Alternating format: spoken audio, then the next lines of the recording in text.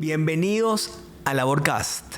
Hoy damos inicio a nuestro cuarto capítulo, ya digamos en nuestro cuarto episodio. Primero que nada, agradeciendo a todas y cada una de las personas que se han suscrito a nuestro canal de YouTube. De verdad que sumamente agradecidos.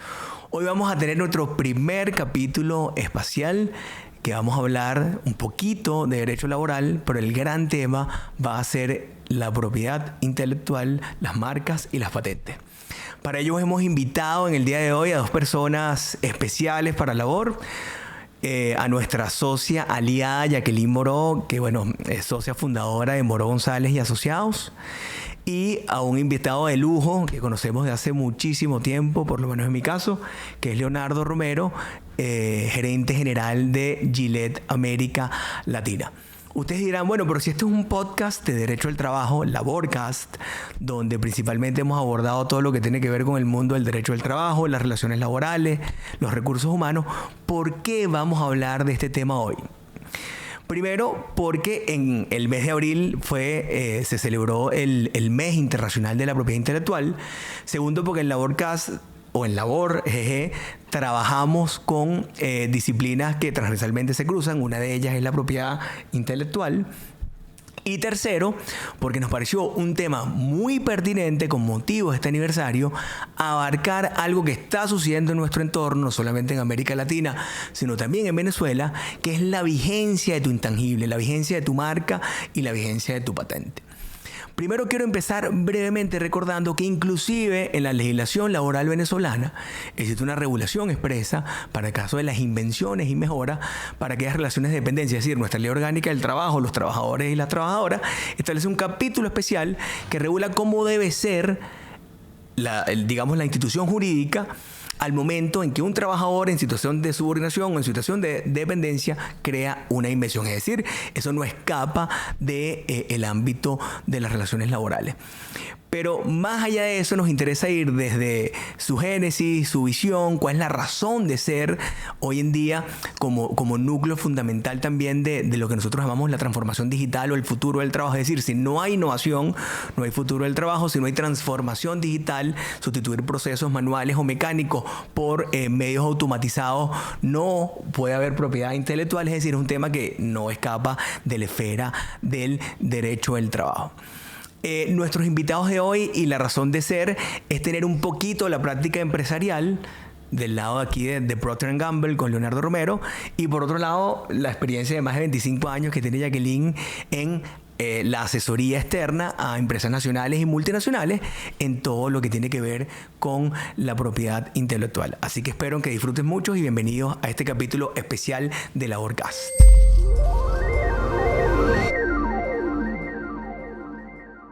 Para este primer bloque hemos escogido, como punta de lanza, hablar un poco de lo que es la experiencia de la propiedad intelectual, como bien lo señalaba en la introducción, no solo con el ámbito privado o multinacional, sino también a nivel de las asesorías. Bienvenida, Jackie, nuevamente, Jacqueline Moró Aymar. Socia fundadora, insisto, de MGA, aliado natural de Labor desde su génesis, desde su fundación. Entonces, ya tú eres de la casa, ya que te estoy presentando mucho, pero tú eres de la casa. Bueno, muchísimas gracias, Carlos, por la invitación a este cuarto episodio. Para mí es muy emocionante porque seguimos celebrando el Día Mundial de la Propiedad Intelectual. Con eso inauguramos el podcast en MGA. Y hoy que vamos a compartir con Leonardo y esa estrategia comercial y la propiedad intelectual, porque como asesora del área generalmente siempre tengo muchas dudas, quizás porque uno no conoce esa estrategia que tiene atrás la empresa y queremos ir más allá en esa protección, como decía Carlos al inicio, de cómo hacer efectiva esa protección del intangible, ¿no? A veces tenemos el registro de una marca, el registro de una patente y vemos que la empresa se van a dar situaciones de casos que vamos a ir viendo más adelante, de infracciones, de falsificaciones, y queremos siempre defender a la empresa, ¿no? Porque detrás de eso, y lo va a explicar ahora Leonardo, hay muchísimo, ¿no? Cómo funciona esa estrategia comercial, cómo va de la mano con la propiedad intelectual.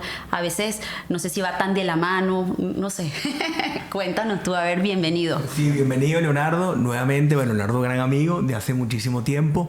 Leo, con relación a lo que te comenta Jacqueline, tu mirada, tu visión empresarial, tú que no vienes del mundo legal, porque es importante destacar que Leonardo no es abogado, Leonardo viene del mundo empresarial, del mercadeo, de las ventas, etc. Cuéntanos, Leonardo, ¿qué es para usted la propiedad intelectual? ¿Qué es para la empresa que tú representas la propiedad intelectual? Bueno, antes que nada, muchas gracias por la invitación, Jackie y Carlos. Un placer estar aquí con ustedes hoy, viernes por la tarde. Así es.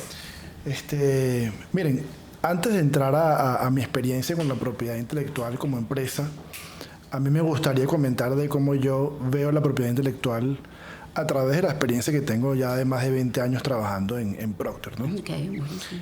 Y viendo cómo la propiedad intelectual es un motor para el crecimiento de una economía. La propiedad intelectual es importante para la empresa, pero es mucho más importante para la economía de un país y para el consumidor.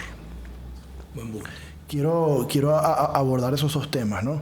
Y en el contexto que estamos ahorita en Venezuela, creo que hablar de la propiedad intelectual y este podcast como que da justo en el clavo, ¿no? Entonces creo que se la comieron con eso. Gracias. ¿Por qué pienso que es importante para una economía? La propiedad intelectual protege al innovador. Así es. Protege al emprendedor. Entonces, cuando en una economía se protege al que está innovando, al que está pensando ideas nuevas, eso genera que más gente quiera innovar.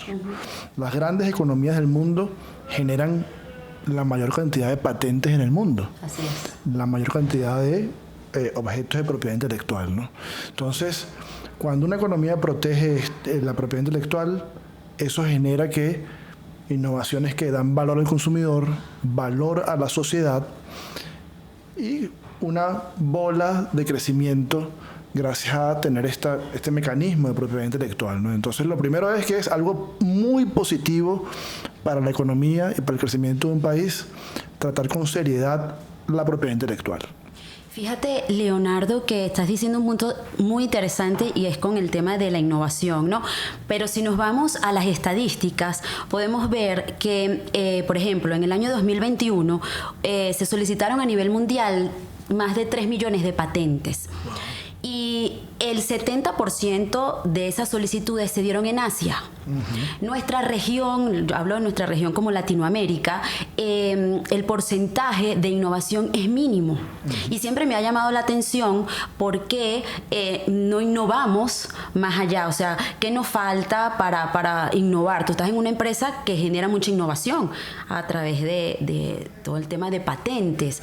¿Y por qué solo en Asia existe esa mayor protección? Y pasa igual con las marcas. En el año 2021 más de 18 millones de solicitudes de marcas se presentaron a nivel mundial y el 70% de esas solicitudes se dan en oficinas de Asia. Entonces, ¿cómo dejamos a las otras regiones? ¿Están dejando de proteger? ¿Por qué dejan de proteger?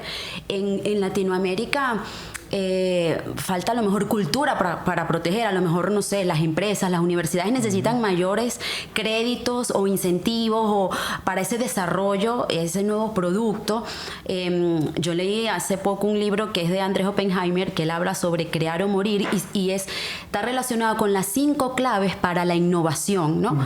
Y una de las cosas que él comentaba era eso, ¿por qué si tenemos tantos talentos, por qué no proteger tantas innovaciones? Y ponía un ejemplo como que ¿por qué no generamos más Messi de la tecnología o más Neymar de la robótica?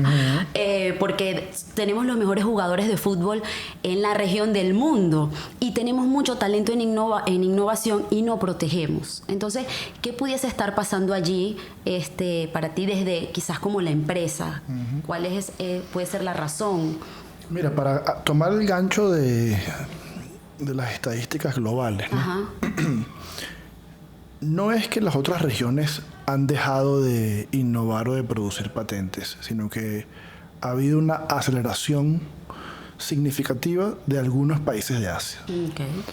Algunos por un esfuerzo muy grande en educación.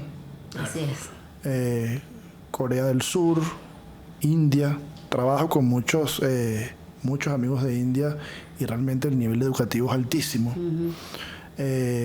Y una economía como la China, que 1.300 millones de personas, en donde la pequeña apertura que ha existido, en donde el individuo tiene un poco más de libertad, y no es que la innovación que produzca el dueño es el Estado, claro, sino se le ha dado un poco más de libertad al individuo a que sus innovaciones son de él, tiene algún tipo de control del Estado, pero las innovaciones son del individuo.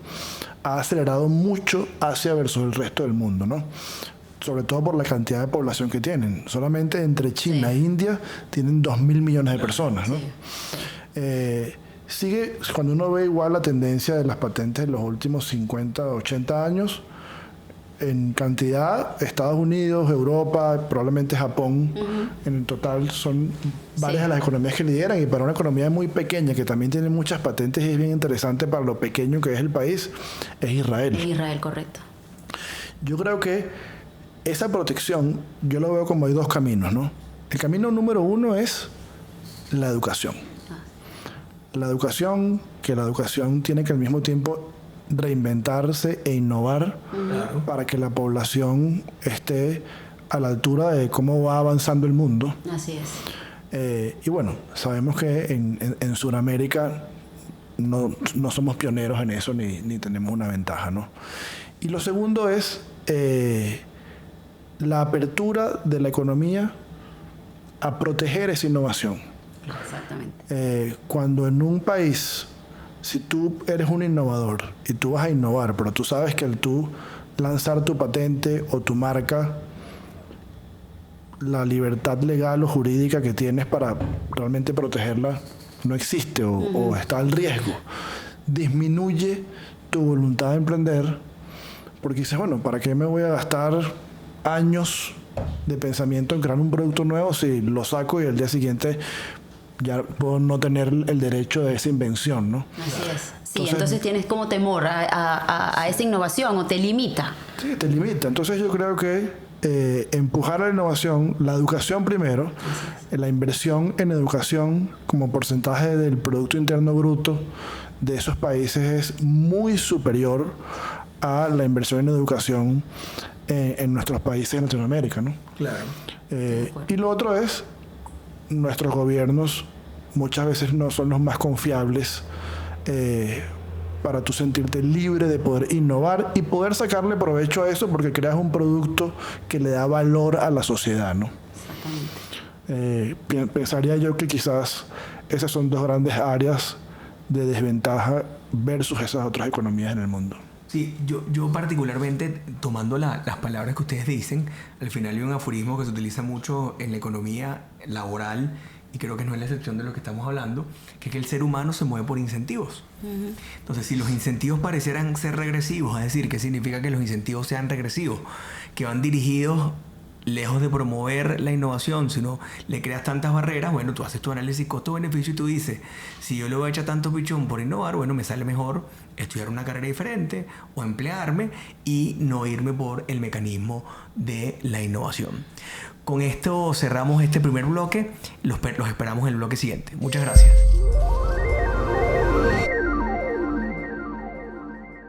Para este segundo bloque queremos ir un poco descendiendo de esos 30.000 pies de altura, con donde arrancamos hablando quizás de la génesis, de la filosofía y de la propiedad intelectual, pero hubo algo que mencionó nuestro invitado hoy que nos generó, digamos, bastante sinergia, que tiene que ver la propiedad intelectual desde la visión del consumidor. A ver, Leonardo, me llama muchísimo la atención porque para nosotros acá en Venezuela, precisamente una de las violaciones del intangible que vemos flagrantemente y frecuentemente es desde la mirada del consumidor. Cuéntanos desde la visión empresarial. Buenísimo. Hablamos de la economía, pero al final la economía está integrada por los consumidores, ¿no? Y la propiedad intelectual, más allá de proteger una empresa o un innovador, protege al consumidor. El consumidor compra basado en una experiencia que tuvo, en una recomendación, en algo que parece tener una calidad. Cuando un consumidor se enfrenta a comprar una imitación, puede ponerse en riesgo, puede poner en riesgo no solamente la calidad del producto, si hablamos de zapatos, ropa, no es la misma calidad que el producto original, pero si hablamos ya de medicina, productos de cuidado personal, puede ponerse incluso en riesgo hasta su salud. Así Claro, absolutamente. Muchas veces el consumidor lo compra incluso sin saber que está comprando algo que es falso. Exacto, eso es lo que iba a preguntar y perdón que te interrumpa. ¿Cómo yo como consumidor sé si el producto es falso o no es falso cuando el producto puede ser la reproducción exacta de este producto? ¿Qué Por ejemplo, pasa? que pasa constantemente. Yo veo una marca que ya tiene un posicionamiento, en el caso de Procter, y quizás no nombro yo la marca, y de repente veo que en el mercado existen productos idénticos, incluso escritos de manera exacta, colores en los empaques idénticos, y generalmente yo tomo un producto por otro, y ahí es donde estoy ocasionando el daño al consumidor. ¿Cómo hago? ¿Cómo hace la empresa cuando el consumidor le está pasando esto, y cómo determina el que es original o no? Correcto. Entonces, lo más importante es que en la mayoría de los casos, todos los casos, la preocupación de la empresa es con la experiencia del consumidor. Porque si el consumidor tiene una mala experiencia en una marca que el consumidor está pensando que es la original, afecta, por supuesto, la imagen de esa marca y de la Para mí es empresa. la la empresa, original. así es. Para mí como consumidor, mira, me fregó, fue la original, ¿verdad? Y claro, muchas de estas marcas se compran, la decisión de compra pasa en segundos. Así es, así es. Entonces, yo que he visto infinidad de marcas falsas, siempre hay unas señales de que son falsas. Ok. La primera es, ¿será que este precio es demasiado bueno para lo que yo estoy comprando? Claro, Determinante. Pero, y sobre todo, Leonardo, porque aquí en Venezuela yo estoy convencido que la gente hoy compra por precio. Sí, tal cual. Hay productos que tienen más riesgos que otros, ¿no? Yo pienso que con lo que uno, por lo menos en el caso de Procter, lo que es tu cuidado personal el día a día, y ahorita les voy a comentar un caso de un producto falsificado, yo es algo que no jugaría, pues. Pero lo primero es, si es un precio que tú dices, esto no es lo que yo normalmente estaba acostumbrado a pagar, me parece demasiado barato. Lo otro es, parecen iguales, pero el 99% de las veces no lo son. Tienen una letra de más o de menos. Por ejemplo, en mi caso, como Carlos comentó cuando me presentó, yo soy el gerente general de todos los productos de remoción de pelo, llamémoslo así, para Latinoamérica. ¿Ese pelo o vello? Pelo. Sí, hay pocos lugares le dicen bello, pero es pelo. Al final es de cuidado y higiene personal. La gente dice cabello, pelo, vello, pero puede ir personal. Y una de las marcas, la más famosa que seguramente muchos conocen, es Gillette. Claro. Vemos que Suena un poquito. No suena. vemos que le quitan una L. Tiene dos L, le quitan una L. Para poder pasar las aduanas más fácil, porque no es Gillette. Es Gillette, pero entonces intentan pasar las aduanas o los controles quitándole una L, quitándole una T. Usan un logo que tiene una inclinación diferente. Probablemente los materiales no son los mismos. Por ejemplo, la Presto Barba 3, que el mango es un combinado entre plástico y goma. A lo mejor la goma no es goma, es también plástico. Claro. Entonces el agarre no es igual. Claro. Pero ¿cómo hace uno, Leonardo, como consumidor, que al final del día tú dices, bueno, yo estoy en una tienda que parece medianamente decente, el producto se ve medianamente de calidad, a un precio interesante, bueno, por los temas económicos, pareciera que es como un examen, No, o sea, cuando difícil de encarar, ¿no? Cuando vas a adquirir el producto, quizás no entras en esa comparación minuciosa de determinar si falta la T, falta la L, y quizás por eso viene la infracción. Correcto. Para que el consumidor no tenga tiempo de buscar esos elementos que, como tú señalas, en 99% de los casos son diferenciadores, pero yo no los puedo observar al momento en que adquiero el producto. Por eso vamos a hablar más adelante de eso, de cuál es la labor de ustedes y la de la empresa en intentar que ese producto, por lo difícil que es para el consumidor en esos 5 segundos, 10 segundos en que escoge el producto, diferenciarlo, lo primero que hay que hacer es evitar que llegue a la tienda. Ok. Lo primero que hay que hacer es evitar que llegue a la tienda, y hay varios mecanismos para eso, ¿no? Pero fíjense, lo que les decía de cómo el consumidor pone en riesgo su salud.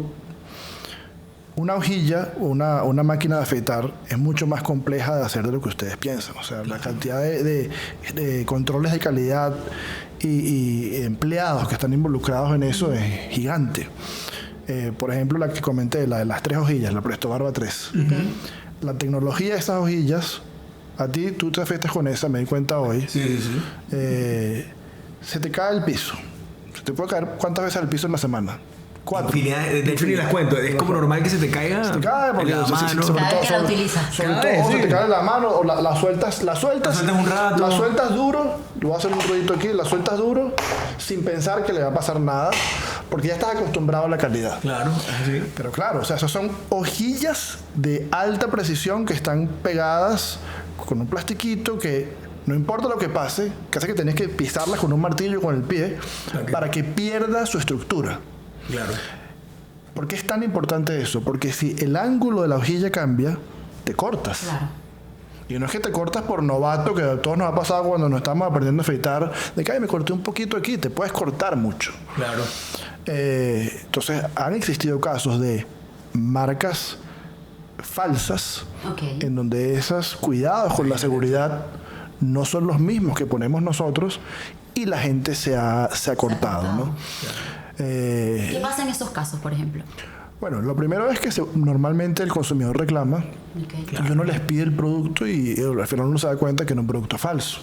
Él dice, no, mira, compraste un producto falso, igual uno intenta ayudar en lo más posible, pero por eso es que esto pasa con todas las marcas, inclusive ha pasado marcas con marcas de medicinas out of the counter, Sí, total. que el consumidor puede comprarlas sin tener que tener un récipe médico. Recientemente pasaba con el alcohol, con los licores en Venezuela.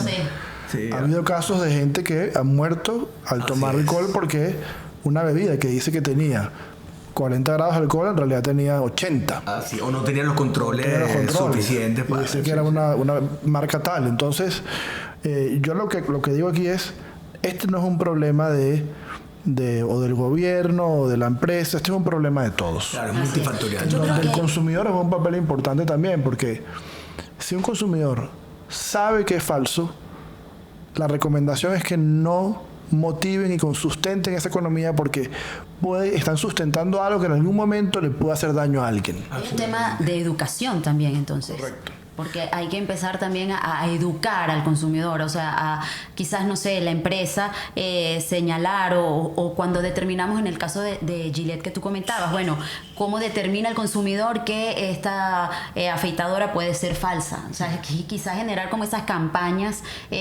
hacia los consumidores para poder entender. Que las hemos visto ya aquí. Sí. Exacto. Les hemos visto, por ejemplo, recientemente, sin mencionar las marcas porque no lo podemos acá, uno puede ver en las redes sociales, inclusive en las tiendas de marcas de retailers, donde tú ves publicidad que dice nuestro producto original tiene las siguientes características.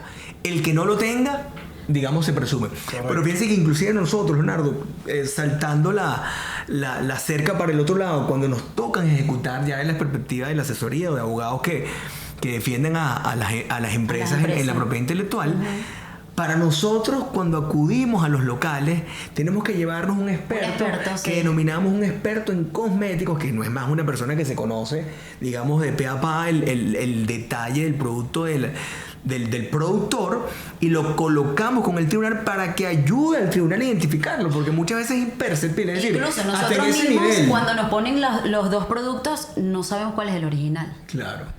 Y estamos para defender en este momento a la empresa, ¿no? O sea, para, como siempre decimos, para hacer efectivos la protección de su intangible. Pero me llevo a este bloque, digamos, tomando palabras de Leonardo, que el problema es multifactorial, que es decir, no se trata de una relación maniquea de que unos son los buenos, otros son los malos, o de que la piratería lo hace porque, bueno, los bajos recursos, que quizás podemos abordar un poquito más adelante, la gente tiene pocos recursos y, bueno, tiene que satisfacer sus necesidades como sea.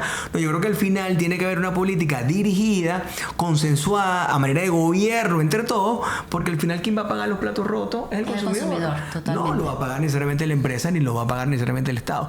Es el consumidor quien se va a llevar tanto la cosa buena como las vicisitudes del producto. Así es. Con eso despedimos este tercer bloque. Seguimos adelante. Muchas gracias.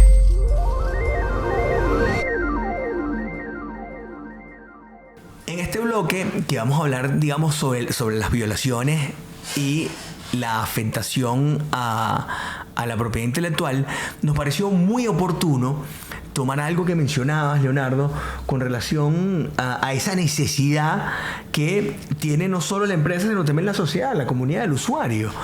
El pueblo, pues, en definitiva, de que ese producto infractor no llegue al retailer.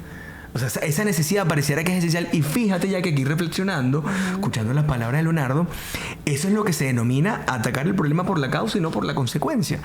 Muchas de las cosas que nosotros vemos acá en la práctica, y quizás son oportunidades de mejora para los órganos reguladores, para las autoridades aduaneras, es quizás lo poco efectivo y efectista que hemos sido nosotros a la hora de atacar, porque lo ideal sería atacar eso, digamos, en la frontera, ¿no? Sí, en la aduana. ¿Qué opinión le merece, Jackie, esto? No, yo quería primero preguntarle a Leonardo para poder atarlo con lo que tú señalas. Eso, es importantísimo y es ideal poder atacar el problema desde la raíz, como lo llamamos nosotros, y el problema de la raíz tiene que ser en la aduana. Como decía Leonardo en los bloques anteriores, o sea, que el producto no llegue a la tienda. ¿Y cómo hacen ustedes para que ese producto no llegue a la tienda? Nosotros te vamos a decir qué es lo que hacemos nosotros desde el asesor para que el producto no pueda llegar a la tienda cuando la empresa nos llama. Claro. Perfecto. Miren, la cadena de distribución en Venezuela hay más de 100.000 tiendas. Wow. Desde farmacias, supermercados, hasta la tiendita de la esquina donde tú te compras algo rápido, la tienda que queda en el barrio, más de 100.000. Entonces, una vez que se disemina un producto, es más difícil encontrarlo. ¿Dónde está? Así es. Los canales de distribución, un distribuidor hay veces que le vende a distribuidores más pequeños, que estos a su vez son los que van y diseminan el producto. Entonces ya ahí, número uno, es más difícil encontrarlo, le llega y pone en riesgo a más consumidores de que compren un producto falso. Entonces definitivamente intentar parar el problema antes de que llegue, se disemine, es muy importante. En países industrializados no es simplemente la aduana, hay que estar incluso pendiente de fábricas clandestinas. Claro, ¿cómo no? Nos pasa. Entonces es el que importa un producto que es falso, o identificar fábricas clandestinas. Y existe un esfuerzo, un departamento que está aliado a diferentes sectores, donde tú intentas detener la llegada del producto a las tiendas y al consumidor. Claro. Tanto con información que logras tener en la aduana de productos que a lo mejor tal cual al cambiarle una letra o algo pasan desapercibidos, pero tienes que ir revisando qué es lo que se está importando. O fábricas que sabes que están produciendo productos que son copycats y realmente no cumplen con los estándares. Entonces existe un esfuerzo para evitar eso. Y tú comentaste en algún momento de un esfuerzo de comunicarle al consumidor las diferencias, ¿no? Este es el producto verdadero. Bueno, hay un esfuerzo incluso antes de eso, que es comunicarle al dueño de tienda. Claro, claro. Por tus canales de distribución. Claro, decirle al dueño de la tienda, tú eres vendedor de la marca tal, y tú le dices, mira, este marcador aquí, el verdadero, tiene esta forma en la tapa, vas a ver unos falsos que la tapa parece más redondita y no es la marca esta. Educar al dueño de tienda es más fácil, que al final es el que hace el pedido y que le muestran el producto falso. Así es. Entonces, es la cadena completa intentando evitar que el producto llegue a la tienda y produzca un daño tanto a la economía, a la empresa y al consumidor. Claro. Así es. A nosotros nos pasa, quizás desde este lado, ¿no? Del asesor en propiedad intelectual, cuando te llama el cliente y te dice, mira, está entrando un producto, en este caso a Venezuela, que está infringiendo mi marca o que está infringiendo una violación de normas vía competencia desleal, una simulación o imitación de producto o una publicidad engañosa. Y tratamos de hacer lo que tú señalas. O sea, ¿qué es el primer elemento? Bueno, determinar que el producto no entre por la aduana. Pero es complejo porque además hay que educar al funcionario de aduana. Y lo dice expresamente la ley. Exactamente. Nuestra ley, inclusive hoy, Leonardo, en Venezuela, nuestra ley orgánica de aduanas nos dice que cuando vamos a ejecutar una medida de aduana, una de las actividades que debe hacer quien quiere ejecutar la medida es educar a los cuerpos y órganos de aduana. O sea, es decir, hay un gap en la ley, un vacío muy grande, una oportunidad de mejora, pero que quizás es el momento para ir allanando el camino, partiendo bueno, el gobierno por un lado está tratando de impulsar, generar confianza para que venga nuevamente inversión extranjera, y bueno, una de las oportunidades de mejora que hay es darle esas garantías y ese Estado de Derecho necesario y ese marco jurídico sólido para que no quepa duda de que lo que no esté entrando cumpliendo la norma no tiene por qué entrar. No debería pasar, exactamente. Y entonces empieza como una investigación, desde dónde sale el container, desde dónde viene el barco, que si el barco llega a Panamá, entonces cambia el número de container. Entonces ese seguimiento es un trabajo de investigación, ahorita se me fue la palabra, pero es titánico. Sí, es titánico, y llega a la aduana y el container puede desaparecer. Sí.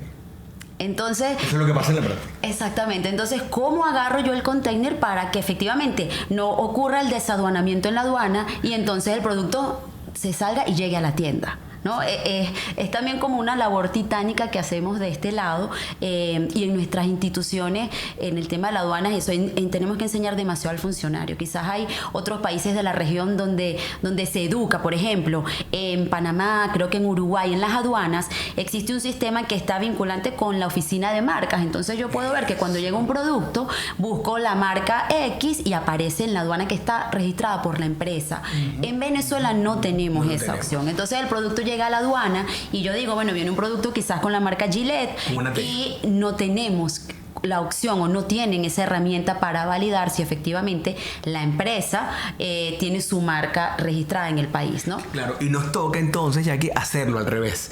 Es decir, acudir a ejercer la acción cuando ya está en tienda, y lo que nos ha pasado es esa diseminación que nosotros utilizamos un aforismo muy importante, que es intentar vaciar un océano con un tobito de este tamaño.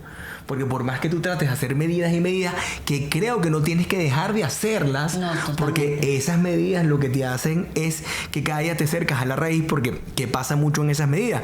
Que uno le exige la factura de compra de la medida falsificada, y en la factura de compra siempre te vas acercando a ese mayorista, a ese fabricante ilegal en el caso que tenga una planta ilegal, o a ese gran importador en el caso que venga de afuera, pero indudablemente te tarda mucho más tiempo que con esas medidas efectistas en llegar a la raíz, en aduana, ¿no? Nosotros como asesores siempre recomendamos eso, o sea, no dejar de actuar, porque la piratería siempre va a existir. O sea, yo creo que es una industria en paralelo, pero si yo no hago nada como empresa y marco un precedente, el falsificador dice, tengo mi canal abierto, pues voy a seguir entrando y no importa, no están haciendo nada.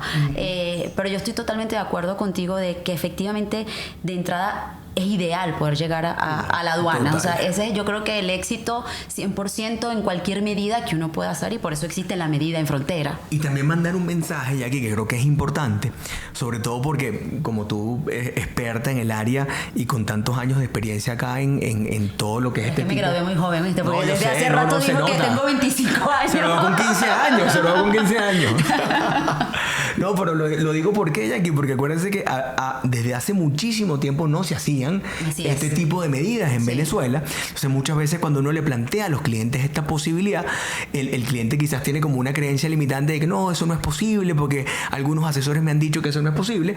Yo más bien aplaudo porque desde nuestra mirada, tanto el Poder Judicial inclusive como la Fiscalía del Ministerio Público, en este caso la Fiscalía en materia de propiedad intelectual, en los últimos meses hemos visto una gran colaboración y un gran acercamiento para hacer, digamos, cumplir este tipo de normativa, tanto por protección de intangibles de la propiedad intelectual como por competencia desleal, y creo que es algo que nosotros tenemos que verlo como algo positivo que está sucediendo en este momento. Sí, totalmente de acuerdo. ¿Lo suscribes entonces? 100%. Mira, Leonardo. No sé Leonardo porque no dijo nada. Sí, Leonardo no sé, le voy a preguntar, ¿no? Lo certifico también.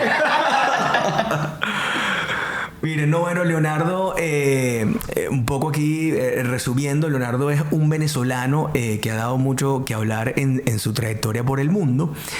Cuando digo por el mundo, por América Latina, en Procter & Gamble, y desde hace 10 años no venía a Venezuela, está viniendo ahorita a Venezuela precisamente para hacer valer su intangible, precisamente para volver al mercado, precisamente para llevar productos de calidad a los consumidores, a pueblos, a los usuarios.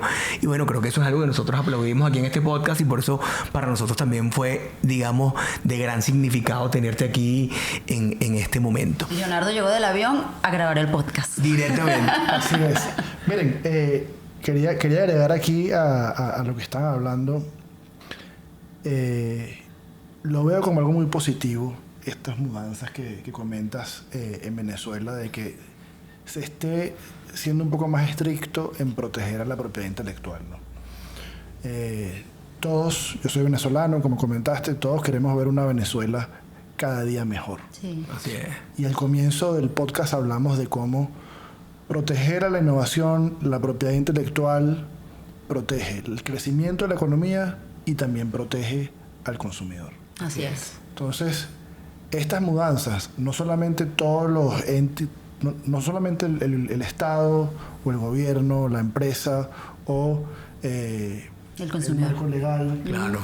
pero el consumidor también es importante al hablar de lo que hablamos de la diseminación, que si se dan cuenta que hay una marca que es falsa, la denuncia. Así es. Porque esto va a ayudar a que la economía de Venezuela siga despertando y que incluso tantos innovadores que hay en Venezuela se sientan protegidos y que eso traiga valor y crecimiento a la sociedad, ¿no? Entonces, Y que eso es un punto, claro, que quiero que abordemos ahorita en el bloque siguiente, que va a ser muy importante, porque muchas veces la gente entra en ese dilema. Bueno, pero si estamos en economías que son deprimidas, la hiperinflación es mundial, el efecto rebote de la pandemia, ¿cómo no decirle que no? Y aquí, digamos, haciendo el abogado del diablo, ¿no? ¿Cómo decirle que no a productos que son más baratos si yo lo que necesito es satisfacer, digamos, mi necesidad? Yo creo que eso es importante abordarlo, porque con lo que estoy aprendiendo acá, con estos dos grandes invitados, Jacqueline y Leonardo, es que lo barato sale caro. Así es. Seguimos entonces para el próximo bloque.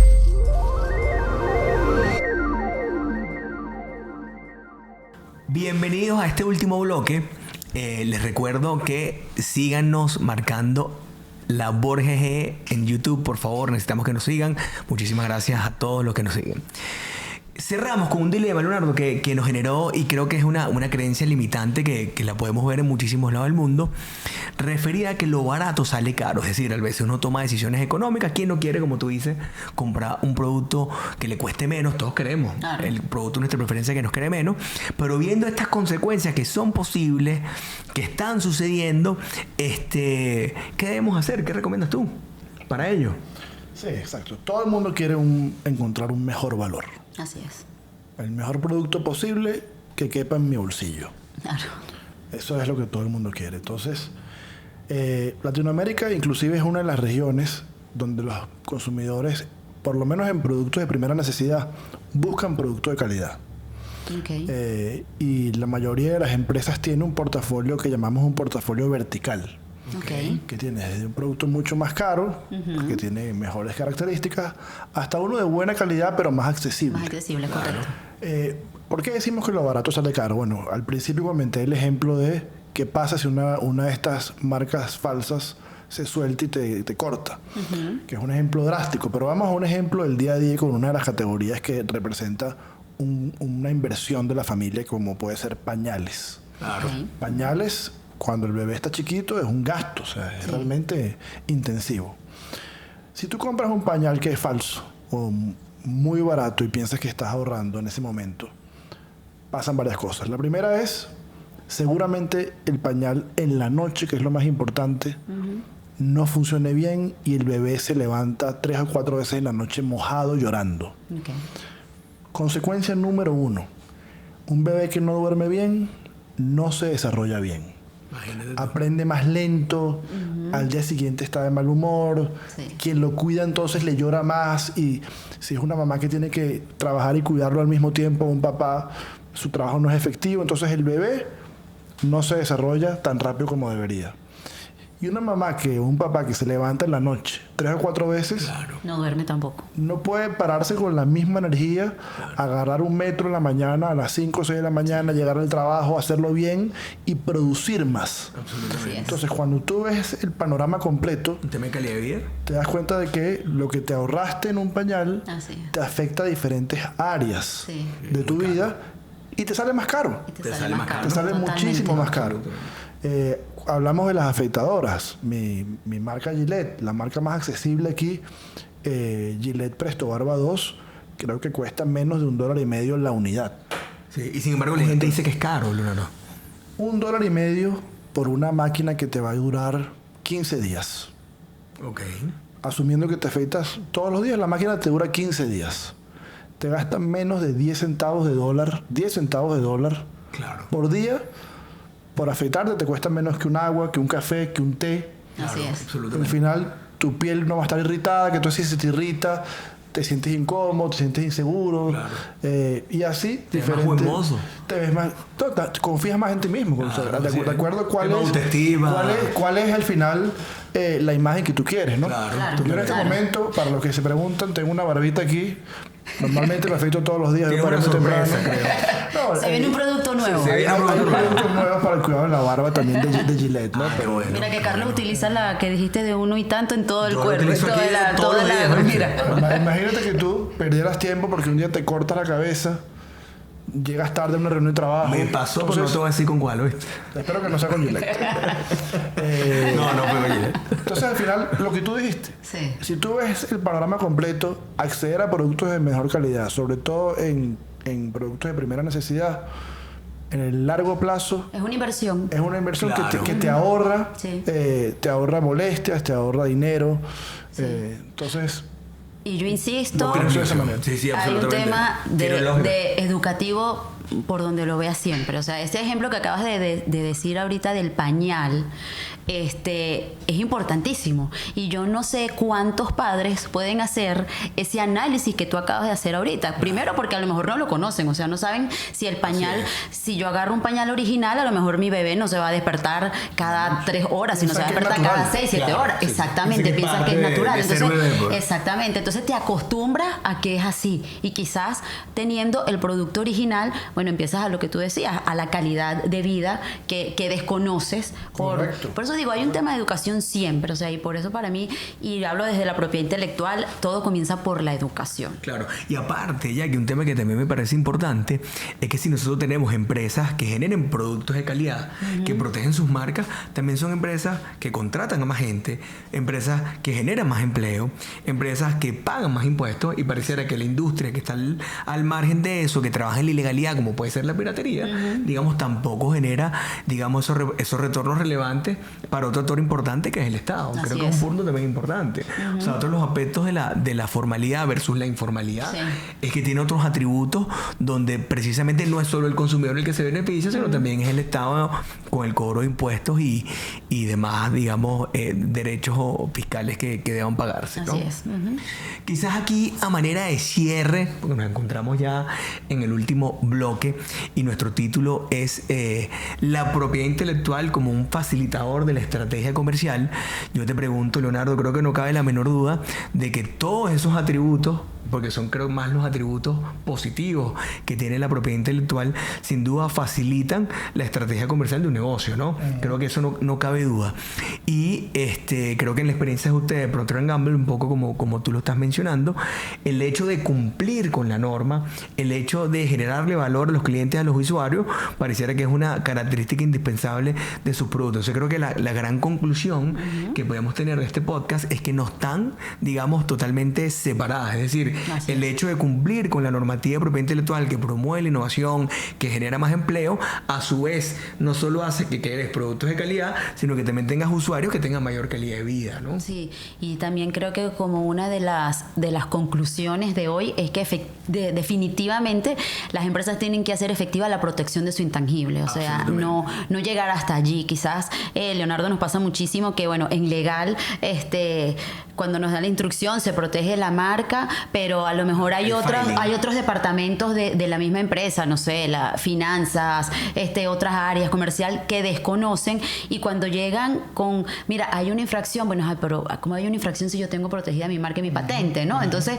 nosotros lo vemos siempre como de esa manera. Bueno, haz efectiva la protección de ese intangible, ¿no? No dejarlo allí. Así es, porque nosotros hablábamos de que hay una protección que es de gaveta, que es de escritorio, que es la que te puede dar, digamos, la oficina respectiva. No porque la oficina respectiva lo haga mal, sino que cuando se produce una infracción, eso no lo puedes hacer valer. Exacto. Y aquí valga la cuña, Jackie, porque Jacqueline Moró quizás de 20 años sabe bastante de eso, no, pero es que recientemente sacamos un producto. Sí, sacamos un producto que tienen que seguirlo en nuestros canales de YouTube. Nuestros canales, que se llama Haz efectiva la protección de tu intangible. Así que precisamente lo que busca es atacar la raíz, el problema que se ha descrito perfectamente en este podcast. Así es. Jackie, recomendaciones que tenemos ya para ir cerrando.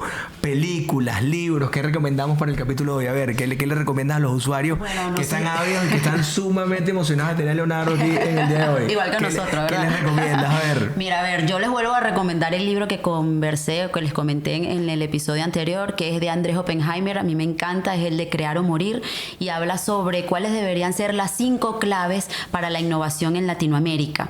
Y una película reciente que también me pareció espectacular, tienen que verla, es de innovación, es de patentes y es sobre Tetris. Está en la plataforma Apple TV. Tetris, el juego del año 86, claro. Año 85, claro, no recuerdo, pero lo jugué muchísimo, lo sigo jugando desde que vi la película. Es muy interesante y se las recomiendo. Chévere. Muchísimas gracias, de verdad, sumamente agradecidos, Jacqueline. Gracias a ti por la invitación. Al invitado internacional, Leonardo Romero, porque este capítulo especial creo que va a agregar muchísimo valor. Seguimos para adelante en este 10º aniversario de Labor. Y bueno, no dejen de seguirnos en nuestras redes. Y nos vemos en el próximo capítulo. Nos vemos pronto. Saludos. Chao. Gracias por todo.